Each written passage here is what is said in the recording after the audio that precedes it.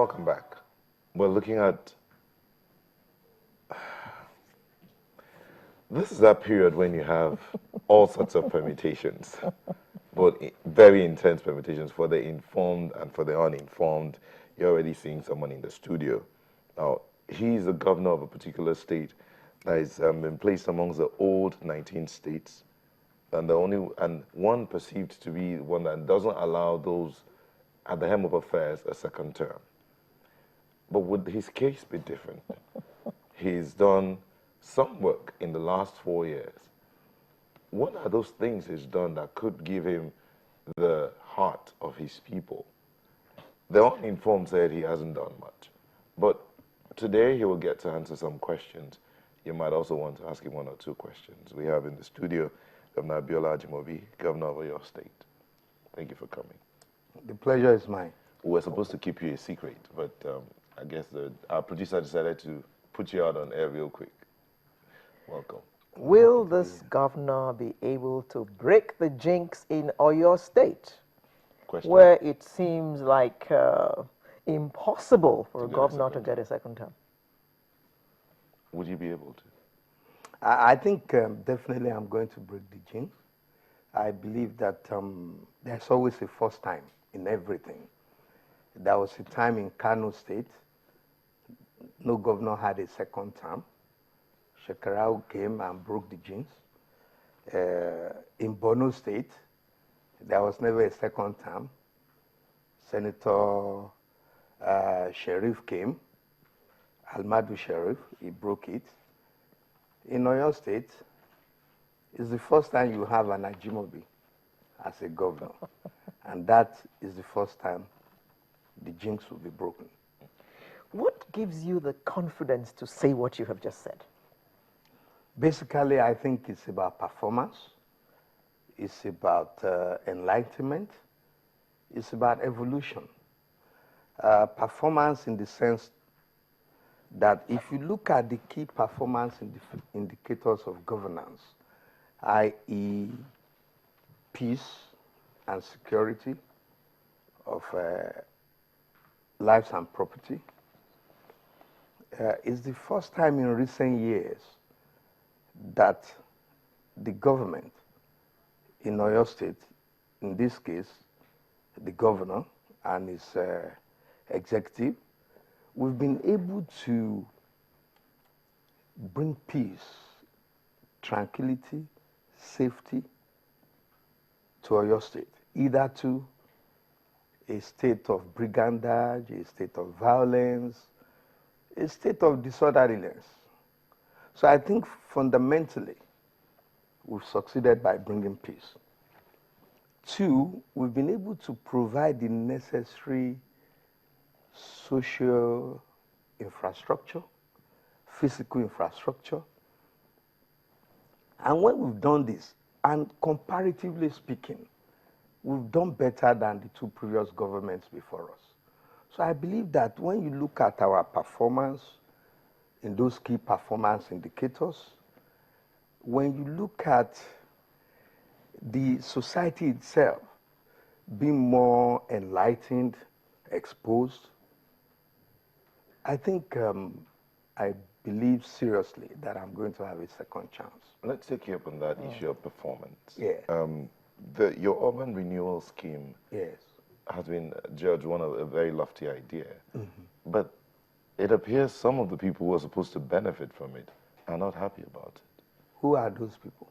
Those you call the masses. For instance, the market men and women who were said to have been booted out of their stalls.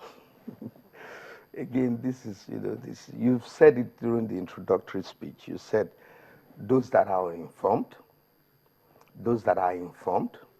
and then there is a third group, those that are mischievous.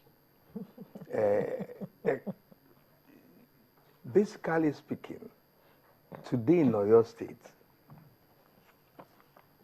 our government has done more than any government before us in terms of supporting and assisting the traders, market women. I'll give an example. When we came in, we decided, you know, Oyo State, particularly the capital city, Ibadan, was regarded as one of the dirtiest states in Nigeria, one of the dirtiest cities in Nigeria.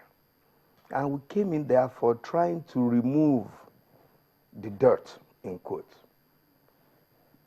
contributed by various stakeholders. We then decided that those who are trading on the streets, on the main road, should be removed for 3 reasons: for safety reasons, for environmental reasons, and for commercial reasons. Safety in the sense that, you know, there were times you have accidents on the roads and people were affected. A lot of people died. There were times that we had flooding in which we discovered that some of the people were trading on floodplains, you know, on top of drainages and so on. We also discovered that there were times they will be trading under high tension cables. So we decided that we must remove them and create a different, more enabling environment for them to trade. And all governments before us removed people from the streets. But we are the only government that has provided alternatives for them. We've provided markets, modern markets, with facilities, toilets, water. And not only this, we have given them money to trade. So far to date, we've disbursed about 356 million naira to traders. The monies you disbursed? Yes. Were they in the budget? They were. They were. Budgetary allocations? Yes, they were. Are those monies free or are they to be paid back? Do you know something? That's a very interesting question. Even that money, because of our dwindling resources, we had to go and borrow money from the central bank. And central bank is giving us at 9% interest. And we are giving it to our people at 0% interest, free, interest free. But let me add this. All other governments did the same thing, but they never provided alternatives. 2003 to 2007, people were removed from certain areas in Ibadan, never given alternatives. 2007, 2011, before we came in, people were removed from the streets. Every government saw the need to remove people from trading on the streets. But we are the only government that provided alternatives that also supported them with interest-free loans. So, and finally, let me say this. I mentioned that only the mischievous ones will say market women are not happy. I've been decorated by market women. I've been honored. Today in Oyo State, market women and men, traders, have endorsed me for second term. We are very friendly with them. I was even somewhere yesterday where I was honored. The Bodija market, by the way, is the largest market in Oyo State, and some even argued in the Southwest. In this market, the entire traders in that market endorsed me for second term. So when you say the traders are not happy or the people we are supposed to be helping, I've never seen one that is not happy. The only people that are crying more than the bereaved are the politicians. And that's why I said they are being mischievous. They are informed. Which is expected.